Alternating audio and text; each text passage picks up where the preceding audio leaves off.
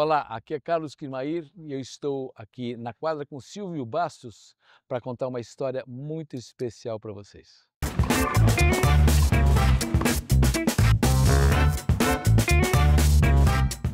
Bom, pessoal, aqui uma playlist nova, agora falando de jogos históricos do tênis brasileiro. Vários jogos marcaram a história do tênis brasileiro e um desses memoráveis jogos eu tenho muito na minha cabeça. Obviamente eu não assisti, não vi, não tinha como assistir, a gente não tinha o que tem hoje, mas um dos grandes jogos do tênis brasileiro foi a vitória desse amigo aqui do meu lado, convidado, para contar um pouquinho dessa história. Esse jogo se passa abril de 1981. Eu tinha 18 anos na época, último ano meu de juvenil, e esse cidadão aqui ao meu lado tem uma brilhante vitória, a primeira rodada do WCT em abril de 81, sobre John McEnroe. E é para isso que a gente está aqui agora, a contar esse jogo histórico.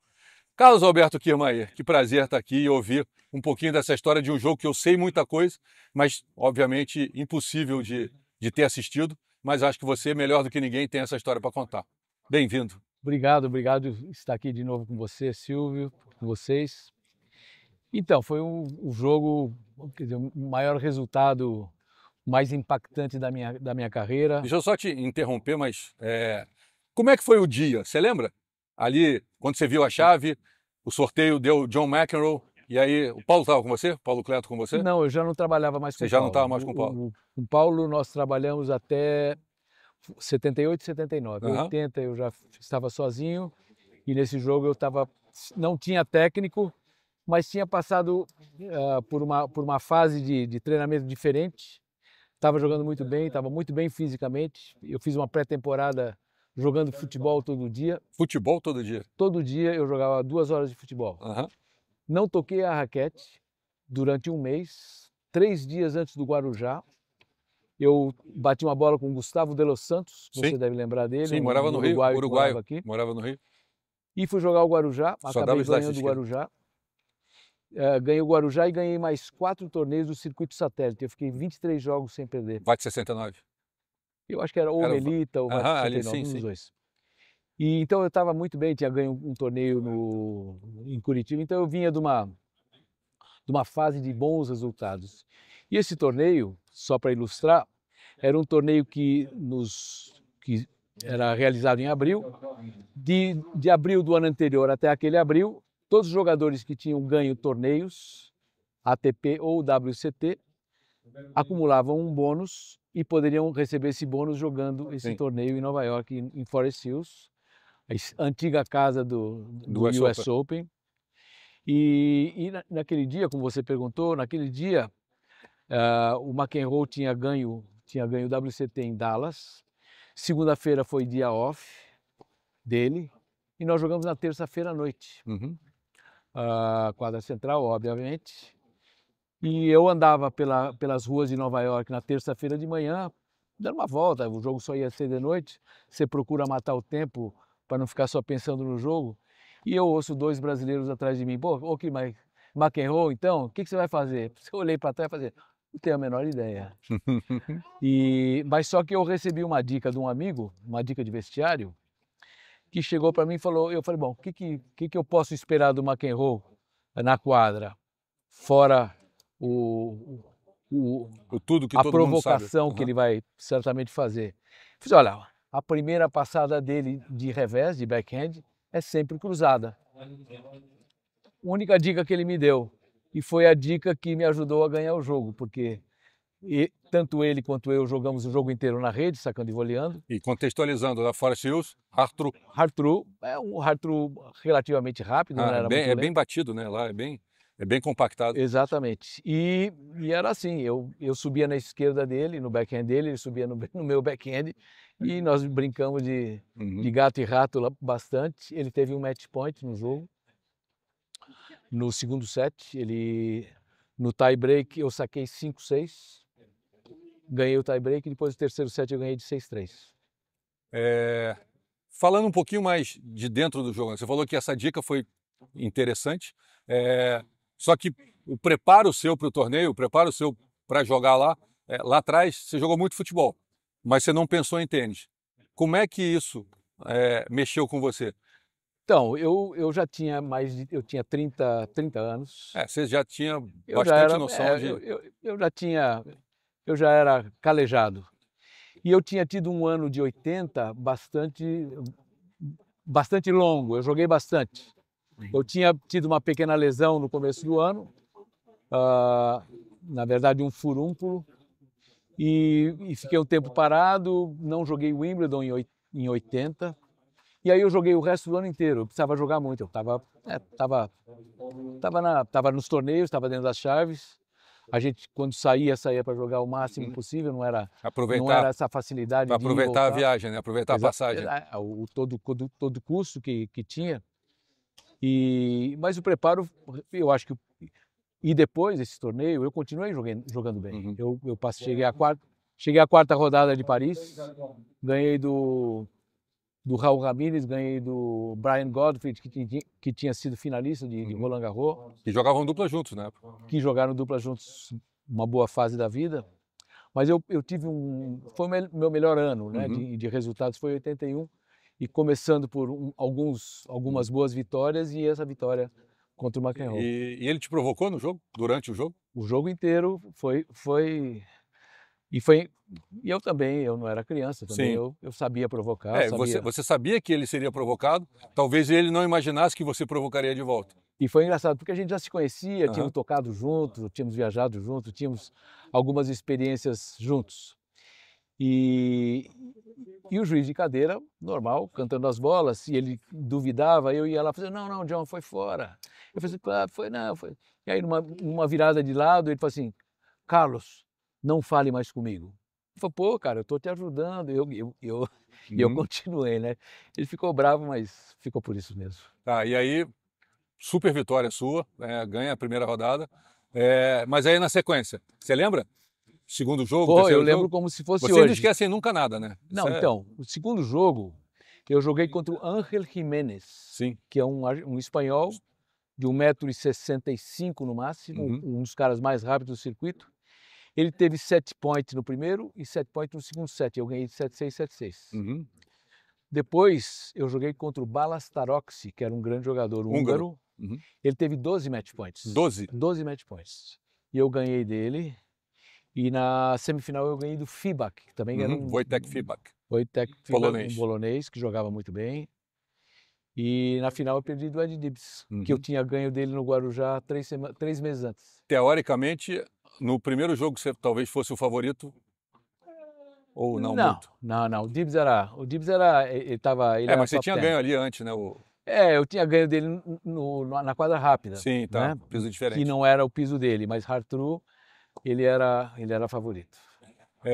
Se você pudesse, assim, definir o tamanho dessa vitória, desse jogo, que a ideia aqui é, além de todas as homenagens que eu tento fazer pela história, por tudo que vocês fizeram ao longo da vida, mas o tamanho ou a dimensão dessa vitória dentro do que você viveu, do que você jogou, como é que você definiria? Ela é tão grande quanto 33 anos depois, eu ainda estou falando sobre ela com você. Olha só.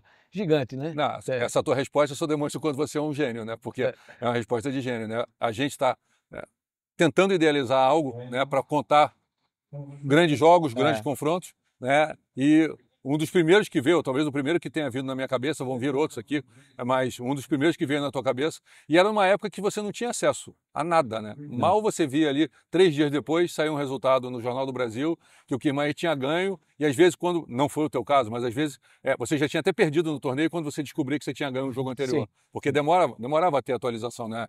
Muito diferente do que a gente tem hoje, né?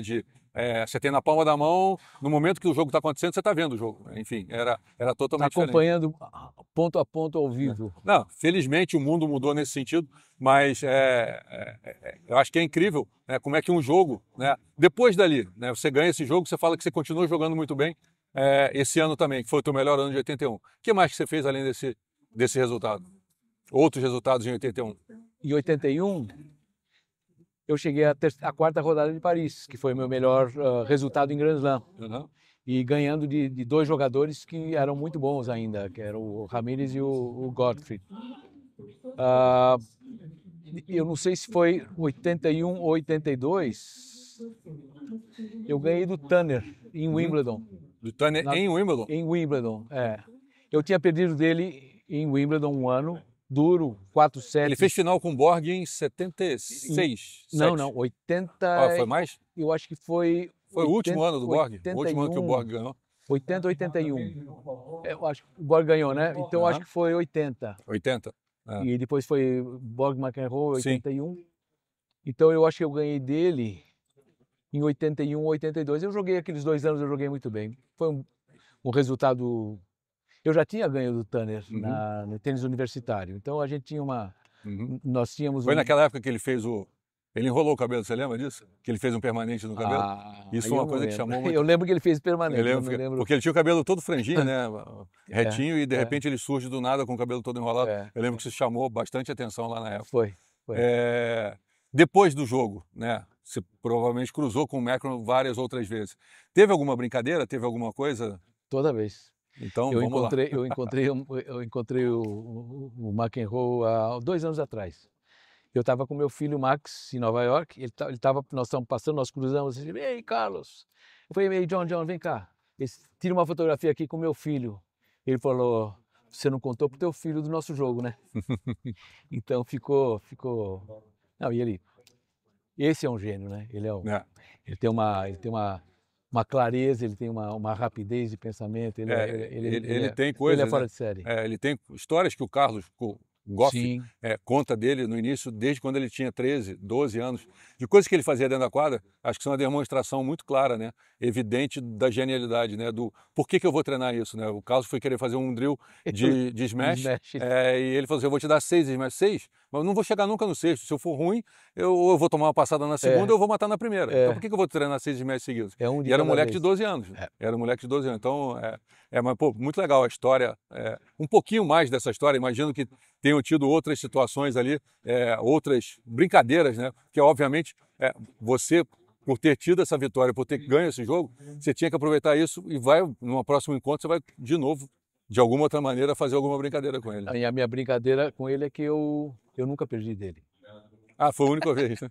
Vocês jogaram dupla? Jogamos. Ele e o Peter Fleming? Ele e o Fleming. Foi uma semifinal de Cincinnati. Você eu joguei com o Steve Meister. E foi incrível, porque ele na dupla, se na simples ele era genial, na dupla ele era o dobro. Ele me deu um swing volley a um palmo do chão, que me acertou aqui na garganta. Porque a última coisa que você imaginava que aquela bola fosse passar. Ou que pudesse entrar, né? Porque foi tão rápido tudo. Mas genial, o cara era... Ele foi número 1 em simples e dupla. Se não me engano, eu pesquisei isso uma vez, ele foi o último número 1 do mundo em simples e dupla, no masculino. Não sei se foi ele ou se foi o Kafelnikov. Será que teve isso? O Kafelnikov foi 1 em simples e 1 em duplas. Mas será na mesma semana? Não sei se foi na mesma semana. Não, eu digo na mesma semana. Eu digo ter ali o número 1 do mundo simultâneo na mesma semana simples e dupla. Acho que simultaneamente ele foi o último, se não me engano. Hoje, cada vez mais, muito mais difícil, né? Você conseguir, né, sustentar os dois rankings. Não, hoje o jogador de duplas, de simples, ele não se interessa... Que tem chance de ir longe na simples, ele não se interessa em jogar duplas. Carlos. 2 mundos. Para fechar, o que você pode falar, não só do jogo, mas do John? Você já falou muita coisa do gênio, mas para a gente fechar e ir embora daqui. Uma palavra, um pensamento, algo que você tenha no convívio com ele, algo que você possa guardar para você, da genialidade. Eu o admiro muito, e a última coisa que eu vi dele, eu sei que ele participa de uma série de televisão, que você chegou a ver? Ele é muito bom com o microfone, né? Não sei o quanto melhor ele é com o microfone do que ele foi com a raquete, mas ele é tão gênio quanto. Na verdade, os gênios, eles são gênios em qualquer área, né? Ele não é gênio só numa área específica. Ele fez um discurso de formatura da Stanford. Sim. Não, eu assisti. Você ouviu isso? Eu vi. Que foi a universidade que ele passou um ano lá, jogou um ano, ganhou o NCAA, eu acho. Né? Quando ele chega a semi de Wimbledon, saindo do quali, e aí fala, não, eu não vou entrar no circuito porque eu tenho que voltar para o college. Ele vai, faz um ano e depois ele volta para o circuito. Então ele foi lá fazer esse discurso que foi genial.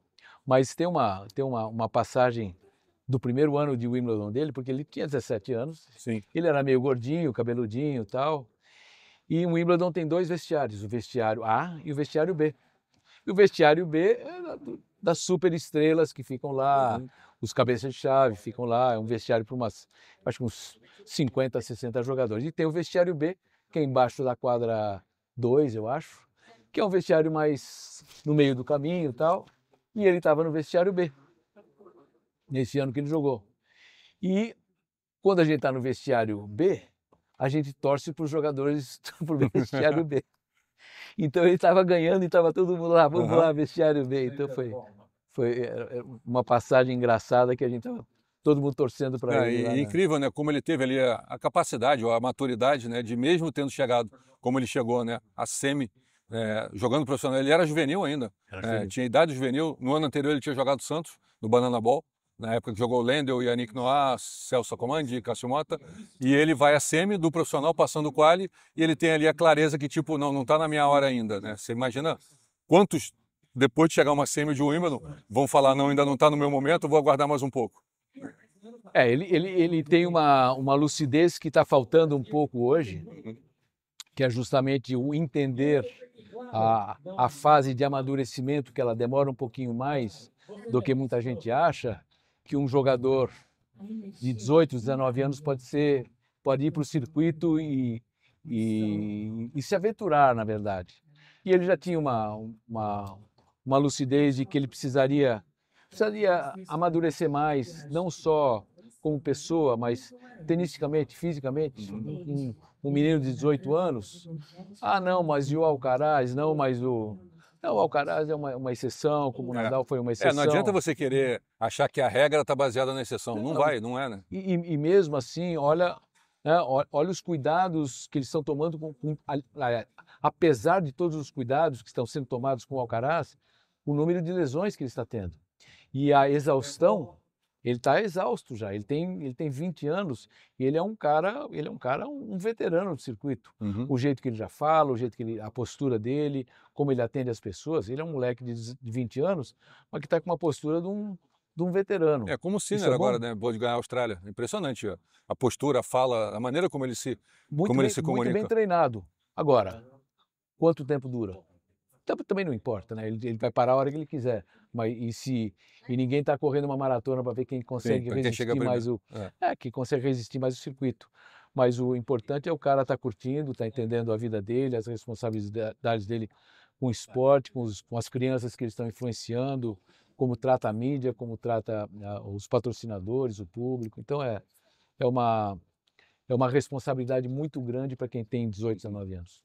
Kima, obrigado de novo. Primeiro por você ter contado a tua história lá atrás e agora por ter contado uma história específica, né? Que a ideia aqui é, mais uma vez, fazer homenagens, mas agora por uma grande vitória, que é a ideia de resgatar um pouquinho esses grandes confrontos, grandes jogos, e com toda certeza você deve ter ali no meio desse espaço de grandes jogos, você tem um lugar muito garantido, não só no meu, mas eu acho que do Brasil inteiro. Parabéns, parabéns pela vitória, parabéns por tudo que você construiu e vem construindo. Você sabe que eu sou meio aqui suspeito para falar de você, mas você sempre está perto de mim, de alguma maneira, e o carinho enorme de poder estar aqui te fazendo mais uma homenagem. Valeu. Muito obrigado a todos, obrigado por ouvir a entrevista inteira.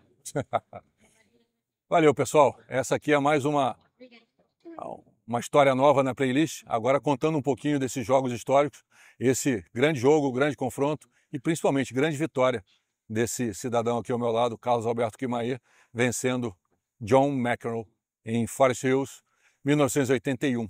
Valeu, pessoal. Tchau, tchau.